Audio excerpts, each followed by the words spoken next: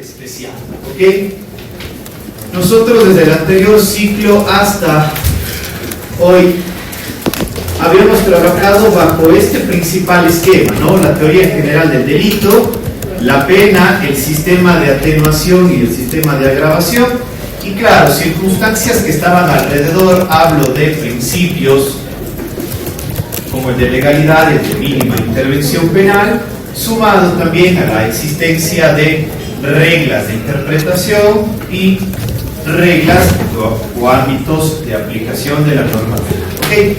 Todo esto ya lo trabajamos, es decir, hoy sabemos lo que es el principio de legalidad, hoy sabemos lo que significa la mínima intervención penal, hoy sabemos dónde se analiza el error de tipo y dónde se analiza el error de prohibición, hoy sabemos lo que es un exceso de una causa de justificación, hoy sabemos lo que finalmente es un rol eventual, hoy sabemos lo que es una suerte de trastorno mental transitorio, hoy sabemos lo que es una exigibilidad de una conducta distinta y hasta un bien insuperable, hoy sabemos lo que es la coautoría y lo que diferencia una complicidad.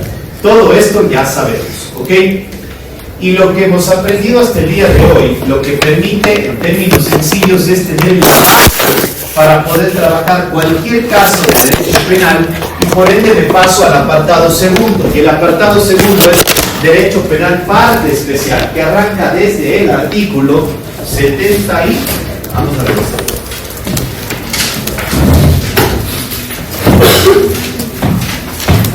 Arrancamos desde el artículo 79. Desde el 79 hasta el 390 y... lo confirmo.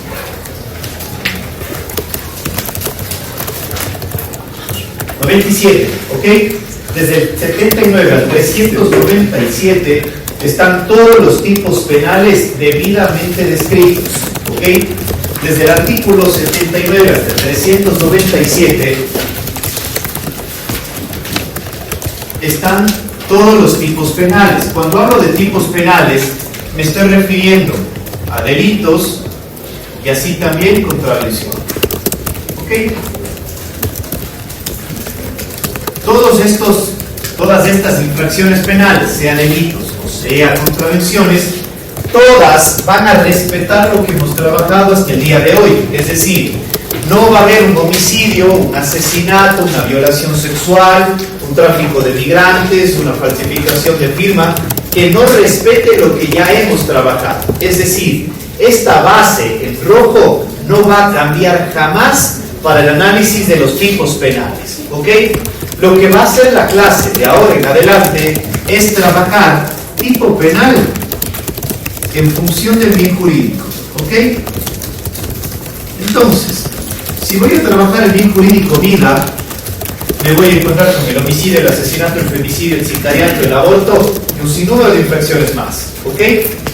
Necesito que ustedes recuerden en este esquema de la teoría general del delito donde veía yo el tipo penal. ¿En cuál de las categorías? Aquí. Entonces, aunque esto está muy bien estudiado desde el tipo penal, la clase de ahora en adelante es exclusivamente el análisis de los elementos objetivos y de los elementos subjetivos. ¿Ok? ¿Se entiende? Es decir, voy a trabajar el homicidio, elemento objetivo, elemento subjetivo. Voy a trabajar el sicariato, elementos objetivos, elementos subjetivos. Voy a trabajar cualquier infracción, voy a trabajar desde sus elementos. Entonces, de ahora en adelante iré conociendo cómo va la construcción de los tipos penales, pero sin perder de vista lo ya estudiado. ¿Ok? Quiero que todo el mundo vaya a oír y nos demos cuenta que a hoy está ya debidamente, o en su mayoría, por la situación de tiempo, está trabajado casi en la totalidad de la teoría general del delito. Todo el mundo va a su COI. Esto lo hice en una ocasión, hoy lo vuelvo a hacer. Todo el mundo se ubica en el artículo 13, por favor. 13 está revisado, 14 está revisado, es decir, 15 revisado, 16 revisado, 17 lo mismo que el ciclo, 18, 19, 20, 21, 22, 23, 24, 25, 26, 27, 28, 28.1, 29, 30, 30.1, 30.2, 30, 31, 32, 23, 24, 25, 25.1, 36, 37, 39, 40, 41, 42. Todo esto es 43, 44. Estos no expliqué. 45 no expliqué las circunstancias atenuantes. 46 expliqué la trascendental. 47 expliqué. Pero todas y cada una de las circunstancias del 45 y del 47 es una suerte de analizar su contenido y ver si calza o no calza en el tipo penal. Lo que me interesaba finalmente es que ustedes aprendan cómo es el sistema de aumento o reducción de pena. Ok, 48 también lo trabajamos respecto de delitos sexuales. ¿Qué no enseñé? Por temas de tiempo? Responsable de las personas jurídicas. Esto no lo he enseñado. 49 no, 50 no he enseñado. Pero 51 al 57 he estudiado. Y lo que resta, por favor, y lo que resta, es decir, 58 hasta finalmente el 79, son situaciones que no resultan ser tan complejas. Como tal, muchas de ellas las van a ver cuando tengan procesales, sobre todo en penas, prescripción de penas, indultos y demás. Pero en teoría general del delito y teoría general de la pena, el 90% está estudiado. ¿Ok? A partir de este momento, ese gran grupo de artículos no se desconecta, se mantiene. Pero de ahora en adelante voy a empezar a trabajar los tipos penales desde el 79 al 397 y voy a empezar a desarmar el tipo penal para poder comprender en más o en menos cuándo calza y cuándo no calza. ¿Estamos hasta acá? Bien.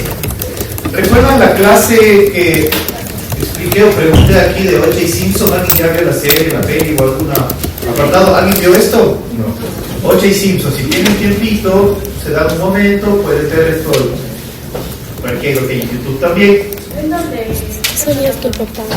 No recuerdo muy bien. Si alguien lo vio, O.J. Simpson, O.J. Simpson. ¿Cuál es la historia de él? Fue acusado de la muerte a su esposa y claro, se recopila evidencia. ¿Por qué quiero hacer si ustedes quieren esa analogía? No olviden esto, hay un momento en la película, por favor, esto es un breve inicio.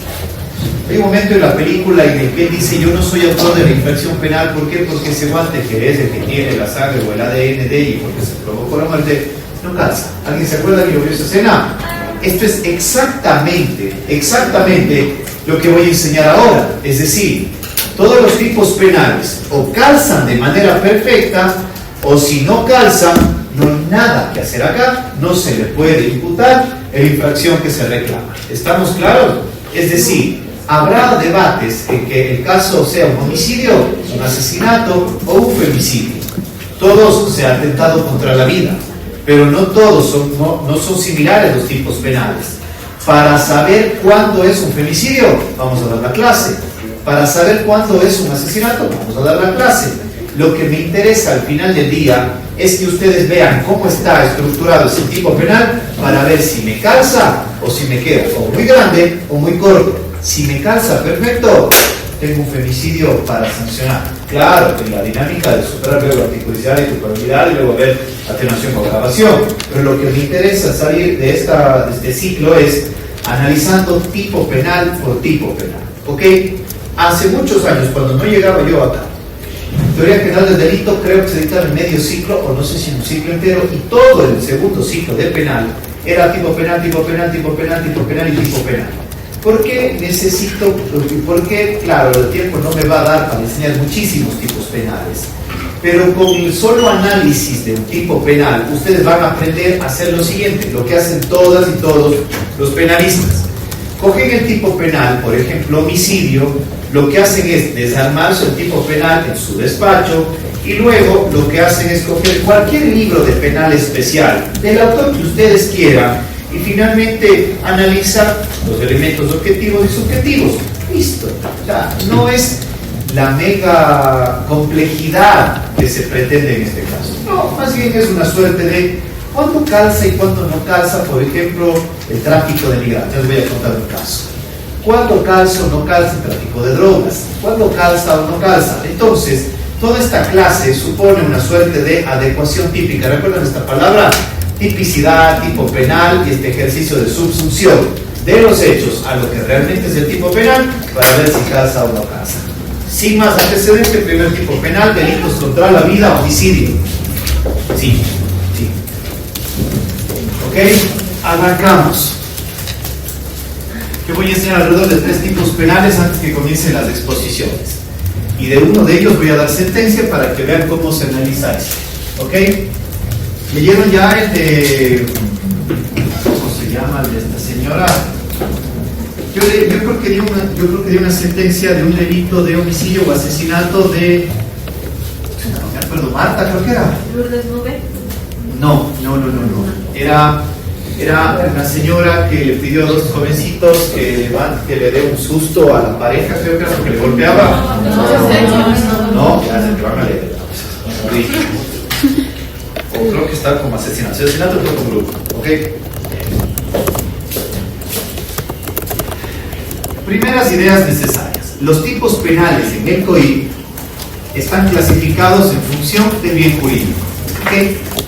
Los tipos penales del COIP están clasificados en función del bien jurídico. Es decir, todos guardan el mismo bien jurídico protegido.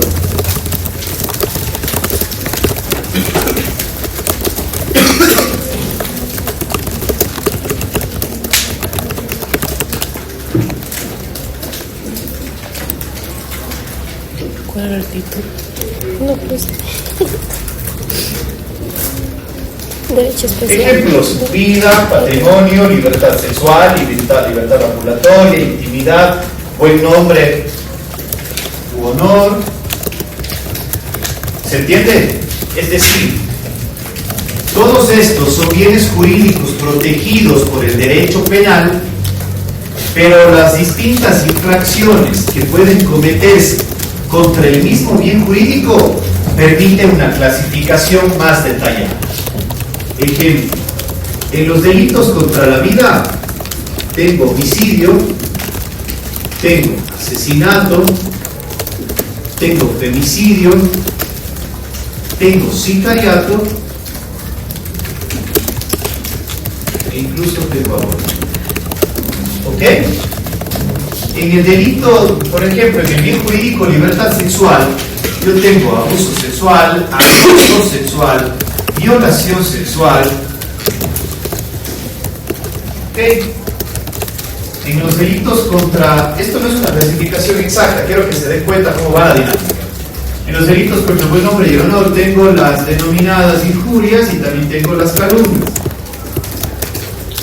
En todas estas infracciones se atenta contra el bien jurídico vida, pero no de la misma forma.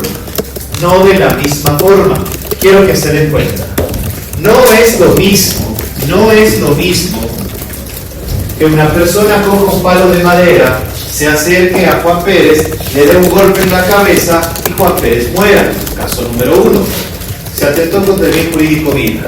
Que no es igual haberle amarrado de pies y manos a Juan Pérez, enlazarlo en una laguna y que finalmente se vaya hasta el fondo de toda esa laguna y muera ahogado.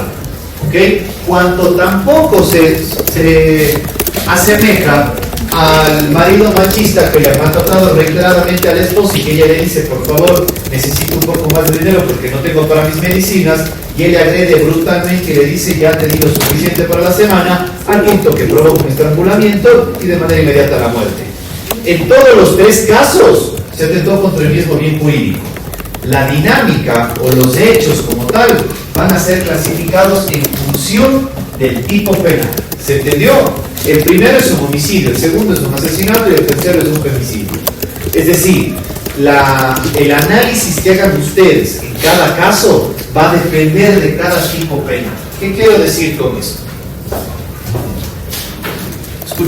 Escucharon el caso de muy lamentable en la ciudad de la muerte de madre e hija. Una de ellas es abogada. ¿Escucharon esa historia? Yo represento los intereses de las personas fallecidas. ¿Ok? Yo estoy con la acusación en este proceso.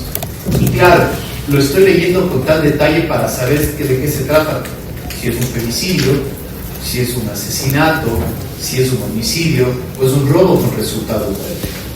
Que en todos, finalmente, hay una persona fallecida. Sí, pero es que no solo hay un tipo penal para delitos contra la vida. no solo hay un tipo penal para delitos contra la libertad sexual, no solo hay un tipo penal para delitos contra el buen nombre y el honor, no solo hay un delito para situaciones en contra del bien jurídico patrimonio, hay un sinnúmero de ellos. Y el buen diagnóstico permite que ustedes seleccionen por dónde van a presentar sus elementos. Porque si en mi tesis el día de mañana, cuando acabe de leer ese juicio, diga, para mí este es un femicidio, sé que lo primero que voy a pedir es una pericia de contexto y seguro una de trabajo social con enfoque de género. Pero si voy a apuntar a que es un sicariato, tengo que enfocarme absolutamente en que dónde vino la orden y cómo justificar la orden, que es el móvil de la agresión. Pero si voy a justificar simplemente un homicidio, porque no hay nada más, debo justificar la muerte y quién lo hizo, pero sin preocuparme. Pero si voy por un asesinato, tengo que escoger de las 10 circunstancias al menos una y probarla de acuerdo a las características de ensañamiento, alevosía, un sinnúmero de situaciones que hay. Entonces, aunque puede ser una muerte, no es que todas las muertes son homicidio. Podría ser asesinato, podría ser femicidio, podría ser sicariato. ¿Está claro lo que acabo de decir? Con ese antecedente, el primer tipo penal básico, se enseña de toda la vida, el delito de homicidio. ¿Ok?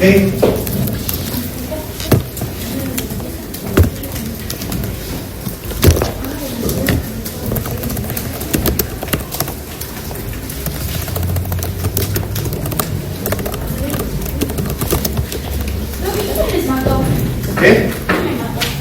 Todavía no acabo de leer, pero hay dos personas que están formuladas a cargos. Sí, y todavía no acabo de leer, así comencé ayer. Entonces todavía no, y mal hago que comentar el proceso, no es correcto, no. Con respeto a todos quienes están ahí, yo normalmente suelo comentar los procesos que ya tienen sentencia, porque permite tener tal vez una aproximación más objetiva. Yo voy desde la acusación y voy a ver cómo ojos de acusación, claro. Quien vaya a defender los intereses de ellos, que tienen todo el derecho de defenderse, lo van a ver como ojos de defensa, dónde están las fallas. Entonces, y es muy natural, entonces no me parece muy adecuado esto. Esperen que camine, les voy contando los que se han ido dando y por ahí voy. ¿Ok? Bien, el tipo penal de homicidio. ¿Cuál es el bien jurídico protegido en el homicidio? Vida. La vida.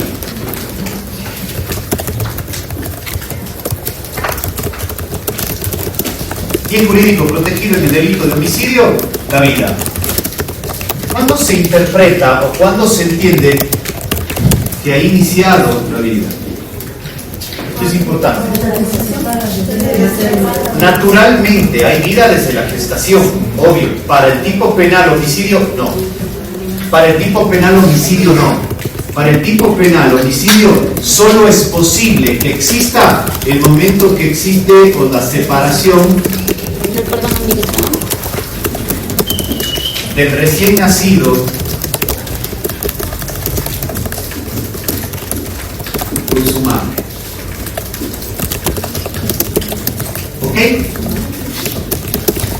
Para el delito de homicidio, el inicio de la vida es contrario a la situación biológica. Para el tipo penal homicidio, la vida inicia al momento de la separación del recién nacido con su madre. Solo desde ese momento podría existir un delito contra la vida. ¿Contra la vida de quién? Porque a las dos personas, finalmente. Si es que el bebé ha salido del vientre de la madre y está en la termocuna, versus la madre está en hospitalización y dos disparos, 1-1, es una obviedad, ¿no? Pero si la madre está en plena gestación, mes 5, mes 6, y le disparan a ella, claro, puede haber una infracción penal en el bien jurídico vida de ella, pero no del bebé, porque esto podría provocar otra infracción distinta, ya veremos los abortos y todo lo demás. ¿Está claro? Entonces, para un homicidio solo es posible desde el momento que la persona se ha separado de su vínculo natural con su madre. ¿Ok? ¿Cuándo termina la vida? Ok. Entonces, disparar a un muerto no es un homicidio. ¿Ok? Disparar a una persona que objetivamente se demuestra que está muerto no es homicidio. Les pongo un ejemplo difícil.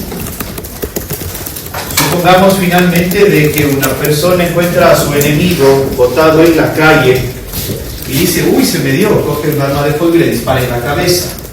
Claro, hará el levantamiento del cadáver y demás, y esta persona será acusada de homicidio, ¿sí o no? Cualquiera lo hiciera. Pero el examen médico legal, que tiene medicina legal, no, yo estoy trabajando esto, se van a dar cuenta que existen lesiones pre-mortem y post-mortem. escuchado esto? Sí. Tras la muerte se puede identificar una lesión. ¿Por qué? Porque la lógica o por una suerte de las condiciones del ser humano con oxígeno, con el funcionamiento de sus órganos vitales, con su homeostasis regular, permitiría darse cuenta de que esto produjo determinada lesión. ¿Ok? Pero si disparo a un cadáver, ¿qué homicidio puede haber? Porque no hay bien jurídico tutelado ahí. ¿Se dan cuenta? Entonces, ¿qué pasa con la persona que llegó y creyó que estaba disparando vivo? Finalmente, aunque él cree y tenga la más profunda intención de provocar la muerte, esta persona estaba muerta.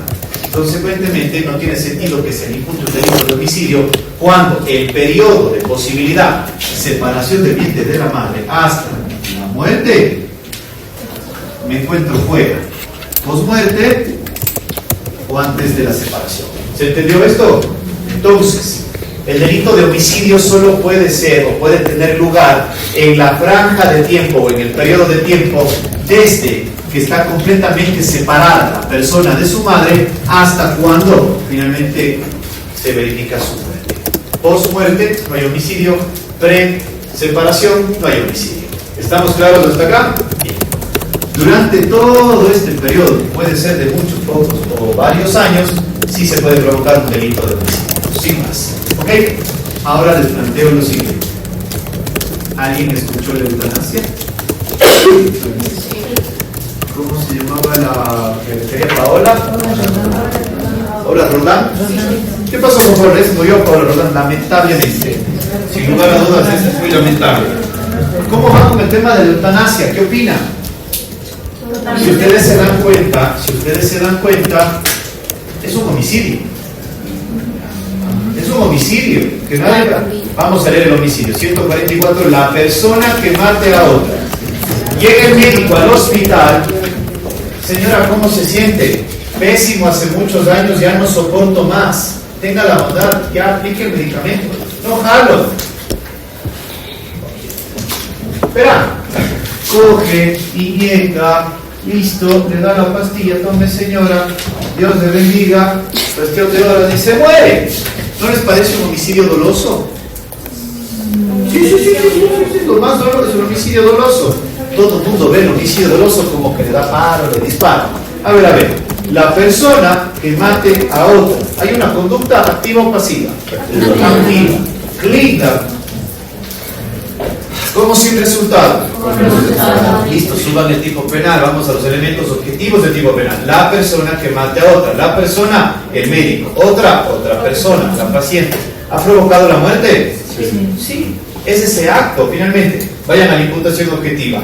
El acto de haberle inyectado el medicamento fue lo que generó el riesgo o peligro para la vida. Sí. ¿El resultado se conecta con el riesgo? Sí. ¿Finalmente hay un autopuesta en peligro? No hay autopuesta en peligro, nada. Finalmente no es que ella voluntariamente se colocó en la posición de enfermedad.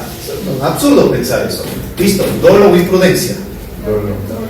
Dolo. ¿Agresión consciente o falta de cuidado? Agresión consciente. ¿Cuáles eran los elementos? Conocimiento de los elementos objetivos del tipo penal más dolo. Él conoce que esto provoca la muerte y finalmente quiere inyectarlo. Es un homicidio doloso. ¿Qué causa de justificación tiene? Legítima. Por ahí voy, esperen un segundo. ¿Qué hay? ¿No se puesta en peligro? Es que no.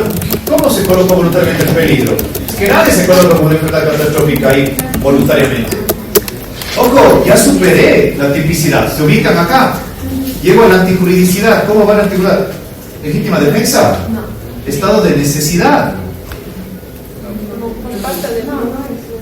No, dos bienes jurídicos. ¿Cuántos bienes jurídicos? Solo ese bien jurídico de ella nomás desde este momento. ¿Ok? Luego, orden legítima y expresa, nada. No es policía ni ninguno de los VIP. No hay causa de justificación en el código. Solo un poquito más. Culpabilidad. La persona está lúcida, el médico tiene capacidad de culpabilidades imputables, superimputable. 2. Conoce la antigüedad de su conducta, sabe que está prohibido matar a otras personas. ¡Listo! El médico que el día de mañana le escuche a la paciente que está en condiciones absolutamente lamentables, que le pide morir y le inyecta el medicamento y le provoca la muerte, hasta hace poco es culpable de homicidio. ¿Alguien duda de esto? Con todo lo que enseñan. ¿Y saben por qué no lo hacían? Por eso. Porque finalmente, el día de mañana, llegaba un familiar de Estados Unidos y le va a denunciar por homicidio doloso al médico, ¿el médico qué puede hacer jurídicamente ahí? Si está clarito. ¿Se dan cuenta del problema que está acá? Entonces, regreso, homicidio. ¿Ha cometido un homicidio o no ha cometido un homicidio? Se ha cometido un homicidio. ¿Alguien sabe qué pasó en la Corte Constitucional? ¿Alguien sabe esto? Sebastián, ¿unidad de qué pasó en la Corte Constitucional sobre la eutanasia? O sea, sí sé que, como todos sabemos, que la eutanasia es legal bajo ciertos parámetros de constitucionalidad condicionada, pero no sé cómo se resolvió. Vamos a ver, hay dos tipos de eutanasia, la activa y la pasiva. La pasiva es dejar de brindar los cuidados regulares, la activa es realizar algo como tal para provocar la muerte, no solo esperar hasta que ocurra, sino llegar a este punto para provocarla. La que se llegó a discutir en la Corte Constitucional es la eutanasia activa, la que llega y se provoca. Luego, lo que ocurrió finalmente es de que la Corte Constitucional dijo, el delito de homicidio va a tener ciertas condiciones para poder ser aplicados, para poder sancionarse en casos en los que existe eutanasia. ¿Ok? Vamos a anotar la siguiente sentencia. No va a entrar a pensar, tranquila, le tienen muchas. Sentencia de la Corte Constitucional, por favor, 67-23-IN/24. ¿Ok? Corte Constitucional, sentencia 67-23-IN/24. ¿Quién mandó a leer? No buena idea. ¿Leyeron esta? ¿Cuál es la discusión? Hay muchos penalistas que tienen sus intervenciones, dan sus criterios. Unos hablan, y por aquí lo que dijo la compañera era consentimiento. ¿Ok? Esto es un debate que finalmente ameritaría una tesis, sin lugar a dudas. ¿El consentimiento puede ser una causa de justificación o puede promoverse una causa de justificación o no? O sea, a la final, ¿quién es el dueño del bien jurídico vida? ¿Y uno puede disponer de su propia vida? ¿Se dan cuenta? Yo estoy seguro que uno sí puede disponer de su propia vida. Pero ¿qué pasa con las personas que son dependientes, los que son enfermos seniles, los que finalmente no pueden expresar su voluntad? Este es el problema. ¿Quién tiene el derecho de decir sobre la vida de otros? Este es el conflicto, si se dan cuenta. Claro, el primer hijo, el hijo mayor, el hijo menor, el hijo que ha compartido toda la vida, el esposo, la esposa. ¿Y qué pasa si no hay esposo ni esposa ni tampoco hay hijos? Los hermanos. ¿Se dan cuenta del conflicto que existe de por medio? Toda esta situación obligó a que se llegue a resolver la Corte Constitucional en los siguientes parámetros, que es necesario que ustedes lo tengan presente. Solo lo menciono, ¿no? Solo lo menciono. No, sí. Cuando existe, la Corte declaró lo siguiente: declara la constitucionalidad condicionada del 144 de tal forma que se determina que ese artículo será constitucional siempre y cuando, 1, el médico ejecute la conducta del 144, es decir, provoque la muerte. 2, que la persona exprese su consentimiento inequívoco, libre e informado a través de su representante, porque no puede hacerlo él. Y finalmente, que padezca de un intenso sufrimiento que provenga de una lesión corporal grave, irreversible o grave incurable. En otras palabras, ¿qué? Primero, que el médico realice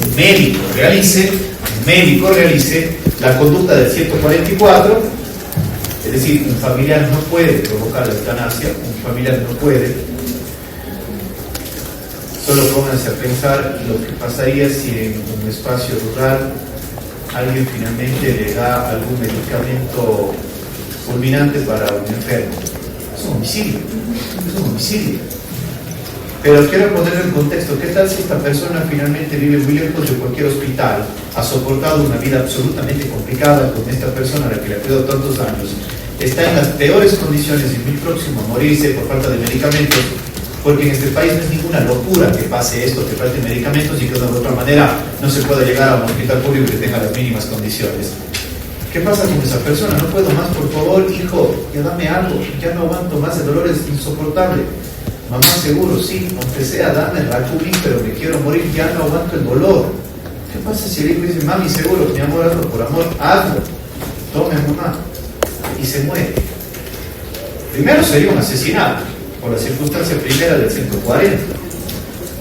Pero se dan cuenta que visto objetivamente, tal vez es un acto de amor frente a tanto dolor de una madre. Pero el tipo penal, ¿qué dice? La persona que mate a otra, punto. Y la primera condición, regreso, lo que ha dicho la Corte es que la única persona que puede evitarse la sanción de homicidio es el médico. Nadie más, el médico. Y si no hay médico, claro. Lo único que ha dicho la Corte es el médico. ¿Cuál es la lógica de eso? Que el médico es la persona que puede realizar el acto en debida forma, sin que esto suponga una agresiva vulneración o un agresivo camino hasta lograr la consumación del homicidio. ¿Cuál es la segunda característica? La expresión de voluntad. Es decir, que la persona sepa que se va a morir, sepa cómo se va a morir, finalmente admita morirse y que sin lugar a dudas esta persona tenga un tiempo de reflexión para ratificarse en su voluntad y decir, sí, estoy de acuerdo y lo quiero hacer. Y finalmente, que lo diga solo en un cuadro absolutamente grave, es decir, enfermedad grave, incurable o irreversible. Esto quiere decir que si una persona tiene, y regreso, y siempre pregunto esto, ¿qué pasa con la salud mental? Porque siempre estamos viendo desde la salud física, la persona discapacitada, la persona que tiene una enfermedad, es cuadrapléjico, lo que ustedes requieran. ¿Qué pasa con la salud mental? ¿Qué pasa con la persona que está sumida en una profunda depresión, que pese a los medicamentos, que pese a la terapia, que pese a todas las formas, no desea vivir? ¿Qué pasa? Ella aplica el caso de Juan Engar, de España. No, ella tenía a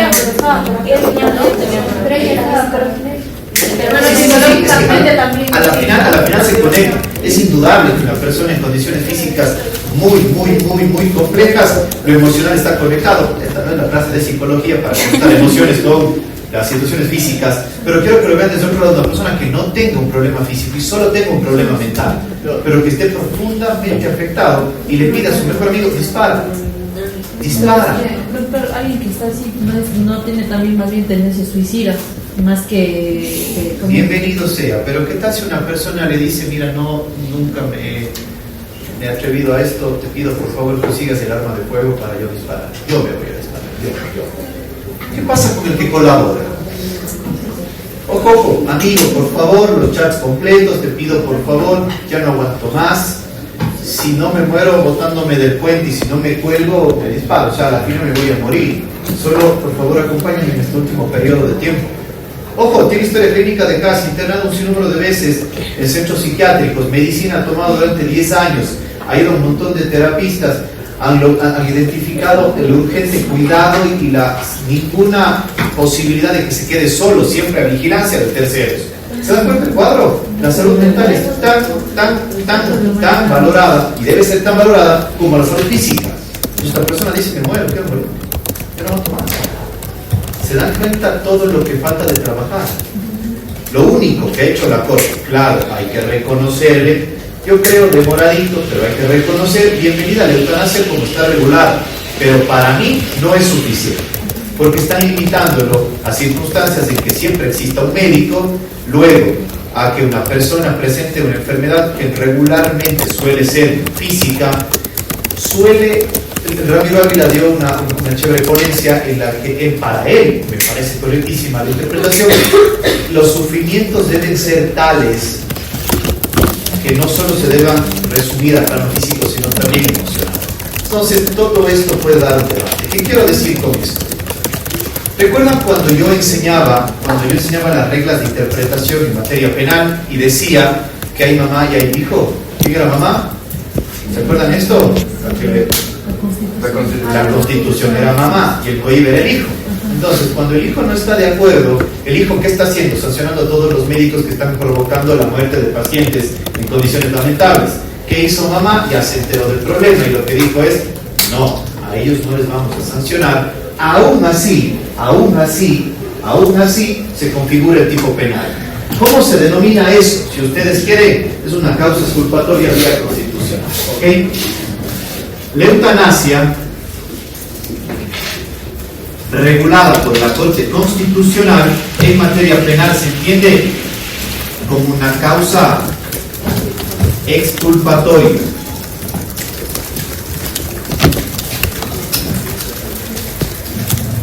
Es decir, no tiene nada que ver con conducta, tipicidad, antipublicidad y culpabilidad. Nada tiene que ver. Tiene que ver con la pena. Es decir, no se va a imponer una pena a una persona que cometa un homicidio doloso vía eutanasia cuando se reúnan los requisitos que me ha dicho la sentencia de la Corte Constitucional. ¿Se entendió? Es decir, el día de mañana, si por A, B o C motivo sería absurdo que se proponga un juicio, pero si llega a ocurrir que se le promueve un juicio, puede ser de que la defensa no sea trabajar las categorías dogmáticas, sino acreditar los presupuestos que ha dicho la Corte para buscar una exculpatoria. ¿Ok?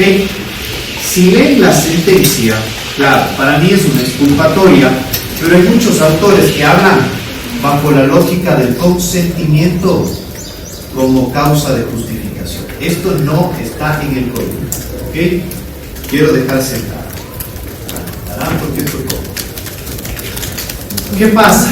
Muchos autores, voy a la pregunta, muchos autores exigen que los códigos penales incorporen esta causa de justificación, la libre disposición del bien jurídico vía consentimiento.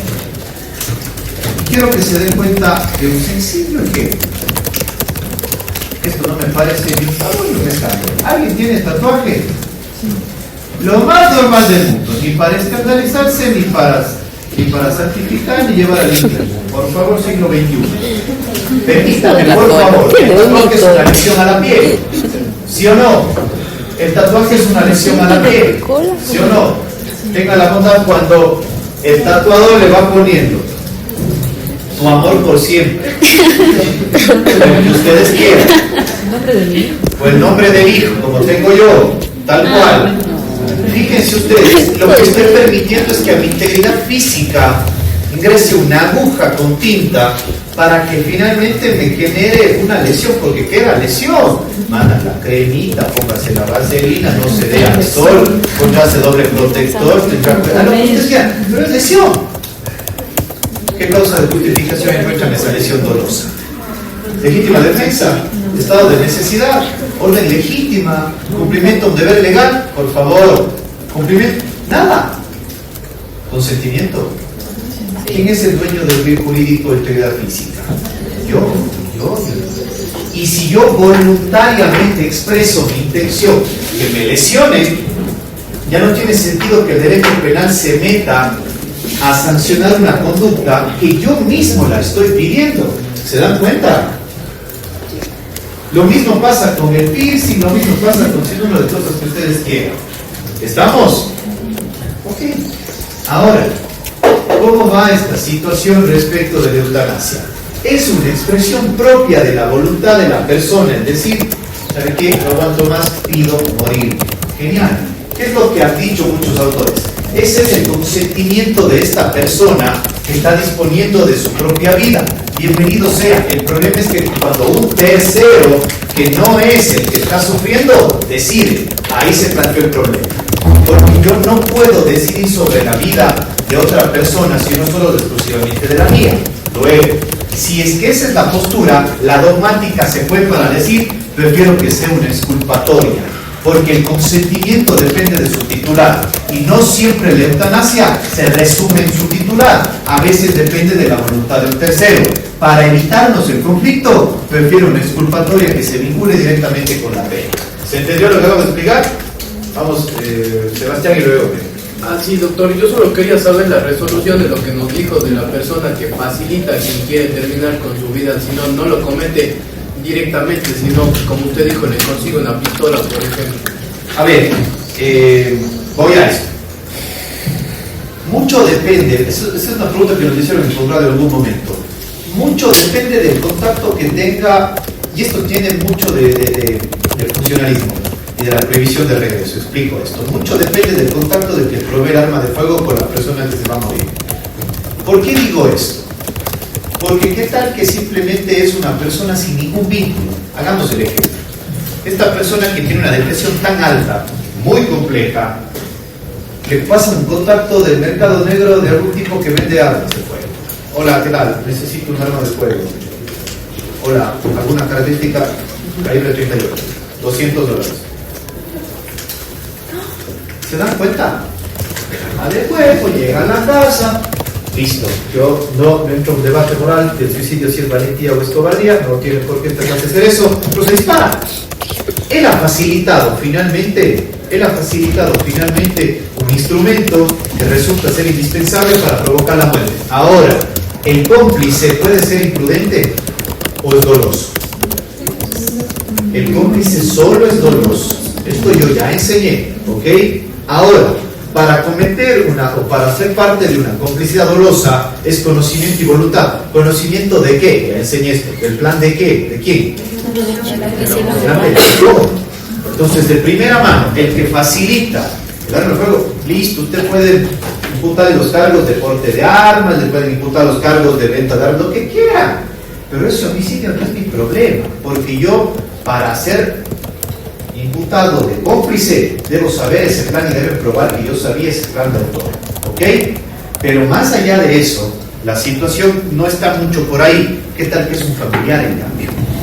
Aquí cambia la historia. ¿Puede haber una complicidad con dolo eventual o no? ¿Por qué digo esto? No quiero que se muera. No quiero que la persona fallezca. Pero pese a ello, si me represento la posibilidad que darle un arma de fuego a alguien pueda provocar la muerte porque tengo una condición mental muy compleja, le entrego el arma y finalmente, aunque no quiero el resultado, sí me represento, pero continúo. La básica del dolo eventual, ¿sí o no? ¿Puede haber complicidad con dolo eventual? Sí puede haber complicidad con dolo eventual. ¿Ok? Finalmente, si esta persona se provoca la muerte, la lógica de esto es, ok, desde esta perspectiva, complicidad, pero ¿complicidad de qué delito? Es la pregunta que me está haciendo el Sebastián. ¿Complicidad de qué delito? Delito de suicidio. El suicidio no se sanciona en Ecuador. La instigación al suicidio se sanciona en Ecuador, pero no el suicidio. Entonces, para mí, uno debe ser cómplice de una infracción hecha por un autor, y el autor se está cometiendo un suicidio. Para mí no tiene ninguna infracción. Cosa distinta es, y la excepción puede ser la instigación al suicidio. Y esto puede ser de esta manera. Cambia todo el escenario entre solo dar el arma de fuego y nada más, entre dar el arma de fuego y decir, con todo el respeto, porque la salud mental siempre se la debe valorar, pésima tu vida, yo creo que no hay camino que te venga bien, yo creo que ya rápido, ya has vivido 25 años, ¿para qué más? Tanta tortura, tanta tristeza, ¿para qué más esperas? Ve, rápido, 3 segundos, te velamos 8 semanas salidas de luz, o sea, no te preocupes nada, rápido, dale, un gusto pana, bien apretado el gatillo, chao. ¿Se dan cuenta? Cambia todo el escenario entre brindar un elemento y otra muy distinta es soportar. Yo ya enseñé instigación acá cuando hablaba de la autoría inmediata, ¿se acuerdan? Reforzar la idea de lo que quiero que pase. Quiero que esa persona se suicide, no le quiero disparar, quiero que él se dispare. ¿Y qué hago? No solo le doy el instrumento, le promuevo la idea a tal punto que él diga, si él es la mejor idea del planeta, porque me pega un disparo en la cabeza. ¿Se dan cuenta? El uno resulta ser una complicidad de ninguna infracción porque no hay a quien imputarle aquello, y dos, otra cosa es la autoría de la instigación de un suicidio. ¿Estamos? Bien, listo. Bueno, entonces, perdón, aquí había una pregunta más, por favor. Usted mencionó que el consentimiento, según algunos autores, puede ser una causa de justificación de la antijuricidad o es podría ser una causa de exculpación. Bien, el consentimiento ha sido considerado por todos los autores, varios autores, no todos los autores, como una causa de justificación dentro de la antijuridicidad material. ¿Okay? Para muchos autores hay legítima defensa y estado de necesidad, hay cumplimiento de un deber legal, hay orden legítima y adicional a ello, consentimiento. ¿Ok? Consentimiento. En medio de eso, claro, el problema que yo dije, Kevin, es, ok, si uno mismo dispone, fácilmente pueden aplicar desde una perspectiva del bien jurídico, van a decir, ¿hay una lesión contra el bien jurídico protegido? Sí, pero una lesión permitida por el propio titular. Pero cuando es una tercera persona la que dice, a mi abuelito hágale la eutanasia y aplíquele, la pregunta que se hace todos es que el consentimiento lo da el titular, no un agente, ¿ok? Pero finalmente es una perfecta eutanasia. Pongámonos en el muy lamentable ejemplo.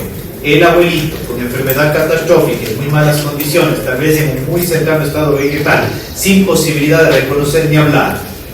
Y el único sobrino que está ahí le dice, doctor, hágale la eutanasia al abuelito. Ya no es vida. O sea, ya no es vida. Finalmente, listo. Él no es dueño de esa vida. Él decidió sobre esa vida. Defenderse bajo la causa de consentimiento es, pero madre mía, ir de retro. Una locura eso. Se va a defender bajo la posición mayoritaria. ¿Cuál es la posición mayoritaria, Kevin? Considerar a la eutanasia en las circunstancias una causa exculpatoria que no apunta a las categorías dogmáticas, sino apunta a la pena.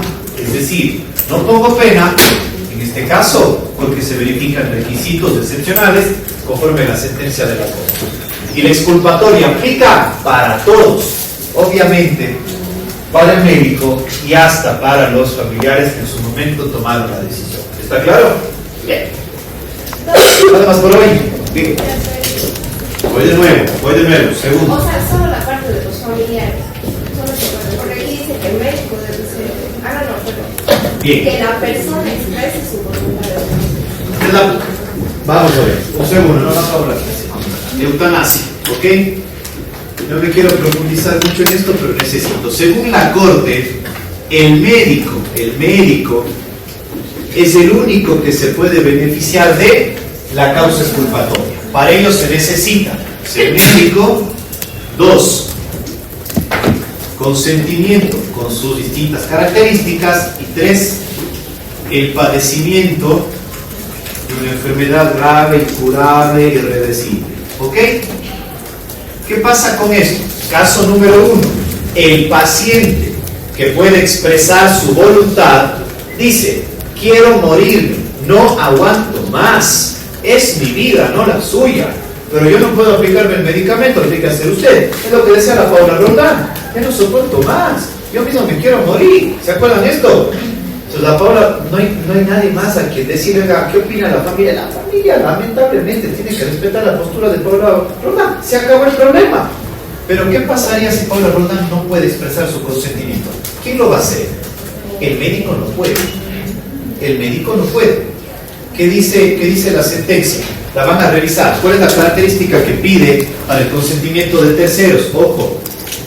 Consentimiento inequívoco, libre, informado o a través de su representante cuando no puede expresar. Y esta es la circunstancia. ¿Qué tal? ¿Quién es? ¿Papá? ¿Es mamá? ¿Los hijos? ¿El esposo? ¿Los nietos? ¿Se dan cuenta del problema que existe? ¿Qué ocurre con esta persona que dijo aplique? ¿Se dan cuenta del conflicto que está acá? Aplique. El médico le dice, seguro, aplique. Seguro, aplique. Ok, bienvenido sea, aplique.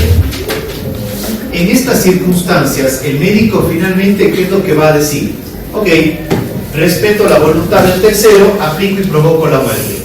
El médico se va a defender bajo la tesis de decir causa exculpatoria. ¿Por qué? Porque aunque yo médico provoqué la muerte, sea por consentimiento propio, sea por consentimiento de tercero, yo lo hice en circunstancias de la exculpatoria. Soy médico, hubo consentimiento de esta persona o de terceros y finalmente hubo padecimiento de enfermedad grave, incurable y irreversible. En estas circunstancias, sí, yo mismo soy responsable teóricamente de un homicidio doloso sin causa de justificación y con todos los parámetros. Pero tengo causa exculpatoria. ¿Qué quiero decir con eso? Que no puede caer la guillotina, porque lo hice en los parámetros que ha dicho una Corte Constitucional. ¿Ok? ¿Se entendió? Entonces, cuando yo hablé del consentimiento, hablé principalmente de esto, que puede provenir de la propia persona o de terceros, pero indistintamente de donde venga la principal o la, si ustedes quieren, mayoritaria postura, es decir, que la eutanasia, cumpliendo los requisitos, resulta ser en esas condiciones causa exculpatoria. ¿Estamos? Sí, yo quería preguntar, o sea, el consentimiento sí puede ser expresado con anterioridad. Nosotros habíamos visto una vez sobre el testamento vital, o sea, eso sí podría considerarse. Sí, pero es que lo que pasa yo no lo puedo asegurar como tal en esa parte, pero no me parecería una locura que alguien deje pactada su voluntad en el caso que se presenten circunstancias como estas. Es decir, no hay ninguna locura que una persona haga una declaración en cualquiera de los espacios y diga: si es que en algún momento llego a tener una enfermedad grave, incurable o irreversible que no me permite expresar la voluntad y que pese a los tratamientos ya sea absolutamente imposible recuperar mi estado habitual, es mi voluntad que se me aplique la eutanasia. Perfectamente posible, perfectamente posible. ¿Por qué digo esto? Lo que le interesa a la Corte Constitucional es las condiciones del consentimiento. No solo es cuando uno va al altar y dice sí, acepto. Si acepto, sí quiero. ¿Cómo se dice? Sí, acepto. No es así nomás. Claro, las consecuencias a venir. Pero lo cierto es de que el consentimiento necesita tener características. Ahí va la pelea. Porque no es una suerte de yo quiero que cuando me pase esto finalmente me coloque eutanasia. Es enterarme de las condiciones de la eutanasia, expresar de manera clara que puede existir otras opciones, incluso una suerte de porcentaje de que la persona se pueda recuperar. Entonces, cuando hablan del consentimiento, no solo es una expresión sencilla de sí quiero, sí acepto, es una suerte de lo digo previa a la información plena. Entonces, yo pelearía de que ese consentimiento no es correcto si simplemente viene una, 2, 3 líneas que diga: es mi voluntad que si tengo una enfermedad catastrófica yo quisiera la eutanasia activa de manera inmediata. No, para mí no está listo eso. ¿Por qué? Porque lo que le interesa a la Corte es que la persona se entere de qué va a suponer esto. Claro, se va a morir, yo sé, pero simplemente necesita, para una suerte de que el Estado autorice una muerte en estas condiciones, que la persona sea previamente informada, que no exista ninguna causa que vicie esa voluntad, que en medio de la expresión de voluntad la persona siempre pueda arrepentirse y optar por un camino distinto, que sepa que nada es 100% seguro, que hasta un diagnóstico terrible puede ser reversible, y que con toda esta información completísima la persona vuelva a su misma idea y diga: si quiero. Entonces, ¿cómo asegurar eso en el documento? Si alguien lo va a hacer, yo mandara con toda la explicación completa en el sentido de: estoy consciente de lo siguiente, que la y con todo ello es mi voluntad lo siguiente. ¿Estamos claros? Les hago un sencillo ejemplo. Hago un testamento en el año 2026, una persona que tenga 21 años. Y lo cierto es de que, claro, si me da una enfermedad como un cáncer que me deje paralítico, quiero finalmente, o una enfermedad que me deje paralítico, quiero finalmente eutanasia activa. ¿Qué tal si en 40 años hay solución a la enfermedad? ¿Se dan cuenta del problema que existe acá? ¿Pero qué hacemos acá? Porque la señora no dice nada. Y esto pasa mucho con los gringuitos, los que vienen acá y vienen con familia. Aquí el testamento dice que ya le apliquemos el medicamento, pero hoy por hoy hay medicina que le puede evitar que se muera. ¿Qué hago en 40 años? Ni yo sé qué va a pasar en 40 años.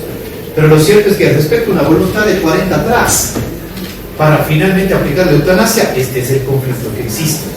Para mí puede ser inmensamente debatible. La lógica constituyendo no es el sí acepto, es el acepto porque ya entendí todo lo que esto implica, y con todo admito ese conflicto. ¿Listo? Buenas tardes.